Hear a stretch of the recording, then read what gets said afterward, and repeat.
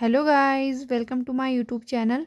तो गाइस, क्या आपने कभी सोचा है कि अगर 3000 साल पुराना कोई इंसान आपसे बात करे तो वो क्या कहेगा? क्या उस वक्त भी लोग मोबाइल का उपयोग करते थे? बिल्कुल नहीं। लेकिन उस ज़माने की किताबें और कब्रें आज भी हमसे बातें करती हैं। तो आज की इस वीडियो में हम क्लास 6 हिस्ट्री के चौथे चैप्टर के एमसीक्यूज़ को सॉल्व करेंगे। चलिए शुरू करते हैं। जिसमें हमारा पहला प्रश्न है, वेदों की रचना किस भाषा में हुई थी? जिसमें ऑप्शन ए है संस्कृत, ऑप्शन बी है प्राकृत, ऑप्शन सी है हिंदी और ऑप्शन डी है पाली। तो इसका राइट आंसर है ऑप्शन ए संस्कृत। संस्कृत प्राचीनतम भाषाओं में से एक है। हमारा दूसरा प्रश्न है, सबसे प्राचीन वेद कौन सा है? जिसमें ऑप्शन ए है यजुर्वेद और ऑप्शन बी है सामवेद, ऑप्शन सी है अथर्ववेद और ऑप्शन डी है ऋग्वेद। तो इसका राइट आंसर है ऑप्शन डी ऋग्वेद। ऋग्वेद सबसे पुराना ग्रंथ माना जाता है। हमारा तीसरा प्रश्न है, वेदों को किस नाम से जाना जाता है? जिसमें ऑप्शन ए है श्रुति, ऑप्शन बी है स्मृति, ऑप्शन सी है पुराण या ऑप्शन डी है ग्रंथ। तो इसका राइट आंसर है ऑप्शन ए श्रुति। श्रुति मतलब जो सुना गया हो। हमारा चौथा प्रश्न है, वेदों की रचना किसने की? जिसमें ऑप्शन ए है राजाओं ने, ऑप्शन बी है ऋषियों ने, ऑप्शन सी है व्यापारियों ने या ऑप्शन डी है सैनिकों ने। तो इसका राइट आंसर है ऑप्शन बी ऋषियों ने।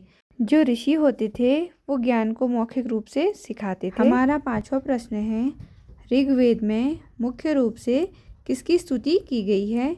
जिसमें ऑप्शन ए है देवी देवताओं की, ऑप्शन बी है पशुओं की, ऑप्शन सी है पेड़ों की और ऑप्शन डी है नदियों की। तो इसका राइट आंसर है ऑप्शन ए देवी देवताओं की। ऋग्वेद में मुख्य रूप से इंद्र और अग्नि प्रमुख देवता थे। हमारा छठा प्रश्न है, सामदेव का संबंध किससे है? इसमें ऑप्शन ए है संगीत, ऑप्शन बी है युद्ध, ऑप्शन सी है व्यापार या ऑप्शन डी है कृषि। तो इसका राइट आंसर है ऑप्शन ए संगीत। यह संगीत का आधार है। हमारा सातवां प्रश्न है, यजुर्वेद का संबंध किससे है? जिसमें ऑप्शन ए है चिकित्सा, ऑप्शन बी है यज्ञ, ऑप्शन सी है व्यापार या ऑप्शन डी है संगीत। तो इसका राइट आंसर है ऑप्शन बी यज्ञ। यज्ञ में मंत्रों का प्रयोग होता था। हमारा आठवां प्रश्न है, अथर्ववेद में क्या वर्णित है? जिसमें ऑप्शन ए है युद्ध, ऑप्शन बी है मंत्र और जादू टोना, ऑप्शन सी है कृषि या ऑप्शन डी है व्यापार। तो इसका राइट आंसर है ऑप्शन बी मंत्र और जादू टोना। अथर्ववेद में रोगों के उपाय भी हैं। हमारा नवा प्रश्न है, वेदों को कैसे सीखा जाता है? जिसमें ऑप्शन ए है पढ़कर, ऑप्शन बी है सुनकर और याद करके, ऑप्शन सी है लिखकर या ऑप्शन डी है खेलकर। तो इसका राइट आंसर है ऑप्शन बी सुनकर और याद करके। इसे मौखिक परंपरा कहते हैं। हमारा 10वां प्रश्न है, समाज किस आधार पर विभाजित था? जिसमें ऑप्शन ए है भाषा, ऑप्शन बी है वर्ण व्यवस्था, ऑप्शन सी है क्षेत्र या ऑप्शन डी है धर्म। तो इसका राइट आंसर है ऑप्शन बी वर्ण व्यवस्था, जिसमें 4 वर्ण हैं। हमारा अगला प्रश्न है, ब्राह्मणों का कार्य क्या था? जिसमें ऑप्शन ए है युद्ध, ऑप्शन बी है शिक्षा और यज्ञ, ऑप्शन सी है व्यापार या ऑप्शन डी है खेती। तो इसका राइट आंसर है ऑप्शन बी शिक्षा और यज्ञ। ब्राह्मणों को वेदों का ज्ञान था। हमारा अगला प्रश्न है, क्षत्रिय किससे जुड़े थे? जिसमें ऑप्शन ए है व्यापार, ऑप्शन बी है युद्ध और शासन, ऑप्शन सी है शिक्षा या ऑप्शन डी है सेवा। तो इसका राइट आंसर है ऑप्शन बी युद्ध और शासन। राजा इसी वर्ग से होते थे। हमारा अगला प्रश्न है, वैश्य का कार्य क्या था? जिसमें ऑप्शन ए है युद्ध, ऑप्शन बी है व्यापार और कृषि, ऑप्शन सी है पूजा या ऑप्शन डी है शासन। तो इसका राइट आंसर है ऑप्शन बी व्यापार और कृषि। जो वैश्य थे वो अर्थव्यवस्था संभालते थे।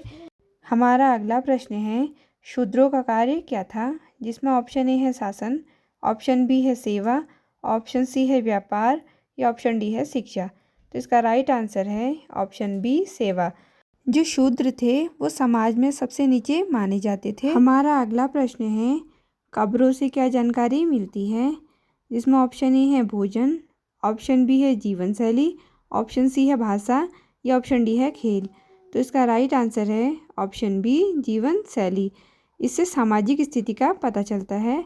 हमारा अगला प्रश्न है पुरातत्वविद क्या करते हैं, जिसमें ऑप्शन ए है खेती, ऑप्शन बी है अवशेषों का अध्ययन, ऑप्शन सी है व्यापार या ऑप्शन डी है शिक्षा। तो इसका राइट आंसर है ऑप्शन बी अवशेषों का अध्ययन। आर्कोलॉजी मतलब अतीत का अध्ययन। हमारा अगला प्रश्न है कब्रों में क्या रखा जाता था, जिसमें ऑप्शन ए है भोजन और वस्तुएं, ऑप्शन बी है किताबें, ऑप्शन सी है कपड़े या ऑप्शन डी है पत्थर। तो इसका राइट आंसर है ऑप्शन ए भोजन और वस्तुएं। इससे व्यक्ति की स्थिति का पता चलता है। हमारा अगला प्रश्न है वेदों का ज्ञान किसके पास था, जिसमें ऑप्शन ए है किसान, ऑप्शन बी है ब्राह्मण, ऑप्शन सी है व्यापारी या ऑप्शन डी है सैनिक। तो इसका राइट आंसर है ऑप्शन बी ब्राह्मण। इसमें सभी को शिक्षा नहीं मिलती थी। हमारा अगला प्रश्न है सबसे उच्च वर्ण कौन सा था, जिसमें ऑप्शन ए है शूद्र, ऑप्शन बी है वैश्य, ऑप्शन सी है क्षत्रिय या ऑप्शन डी है ब्राह्मण। तो इसका राइट आंसर है ऑप्शन डी ब्राह्मण।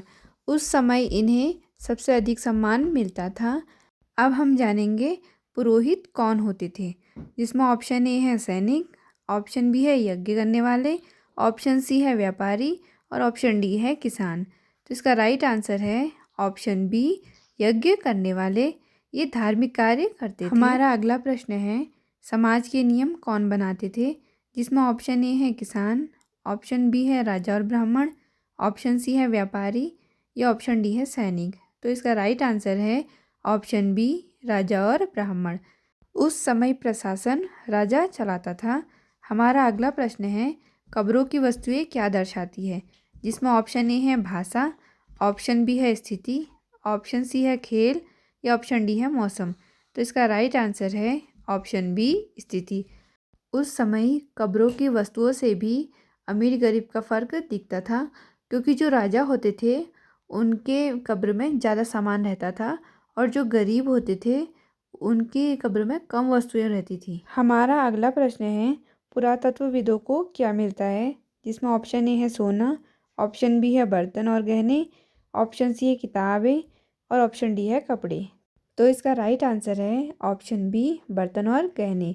ये इतिहास समझने में मदद करते हैं। हमारा अगला प्रश्न है शिक्षा का माध्यम क्या था, जिसमें ऑप्शन ए है हिंदी, ऑप्शन बी है संस्कृत, ऑप्शन सी है अंग्रेजी या ऑप्शन डी है उर्दू। तो इसका राइट आंसर है ऑप्शन बी संस्कृत। तो उस समय गुरुकुल प्रणाली थी। हमारा अगला प्रश्न है कब्रों का अध्ययन क्यों ज़रूरी है, जिसमें ऑप्शन ए है खेती, ऑप्शन बी है इतिहास, ऑप्शन सी है खेल या ऑप्शन डी है व्यापार। तो इसका राइट आंसर है ऑप्शन बी इतिहास, क्योंकि इतिहास से ही संस्कृति समझ आती है। हमारा अगला प्रश्न है सबसे निचला वर्ण कौन सा है, जिसमें ऑप्शन ए है ब्राह्मण, ऑप्शन बी है क्षत्रिय, ऑप्शन सी है वैश्य या ऑप्शन डी है शूद्र। तो इसका राइट आंसर है ऑप्शन डी शूद्र। उस समय शूद्र को सबसे कम अधिकार मिलते थे। हमारा अगला प्रश्न है वेद कितने हैं, जिसमें ऑप्शन ए है 2, ऑप्शन बी है 3, ऑप्शन सी है 4 या ऑप्शन डी है 5। तो इसका राइट आंसर है ऑप्शन सी 4। जो वेदों की संख्या है वो 4 है। हमारा अगला प्रश्न है वेद किससे जुड़े हैं, जिसमें ऑप्शन ए है विज्ञान, ऑप्शन बी है धर्म और जीवन, ऑप्शन सी है खेल या ऑप्शन डी है व्यापार। तो इसका राइट आंसर है ऑप्शन बी धर्म और जीवन। जो वेद है वो भारतीय संस्कृति का आधार है। हमारा अगला प्रश्न है कब्रों से हमें क्या पता चलता है, जिसमें ऑप्शन ए है मौसम, ऑप्शन बी है इतिहास, ऑप्शन सी है खेल या ऑप्शन डी है भाषा। हमारा राइट आंसर है ऑप्शन बी इतिहास। यह पुरातत्व का स्रोत है। हमारा अगला प्रश्न है पुरातत्व का अर्थ क्या है, जिसमें ऑप्शन ए है खेती, ऑप्शन बी है अवशेषों का अध्ययन, ऑप्शन सी है व्यापार या ऑप्शन डी है शिक्षा। तो इसका राइट आंसर है ऑप्शन बी अवशेषों का अध्ययन। यह इतिहास समझने का एक तरीका है। तो ये थे हमारे चौथे चैप्टर के कुछ महत्वपूर्ण प्रश्न। उम्मीद है आपको यह क्विज़ पसंद आया होगा। अगर आप चाहते हैं कि मैं अगले चैप्टर की भी ऐसी ही सीरीज़ लाऊं तो इस वीडियो को लाइक करें और चैनल को सब्सक्राइब करना ना भूलें। मिलते हैं अगली वीडियो में।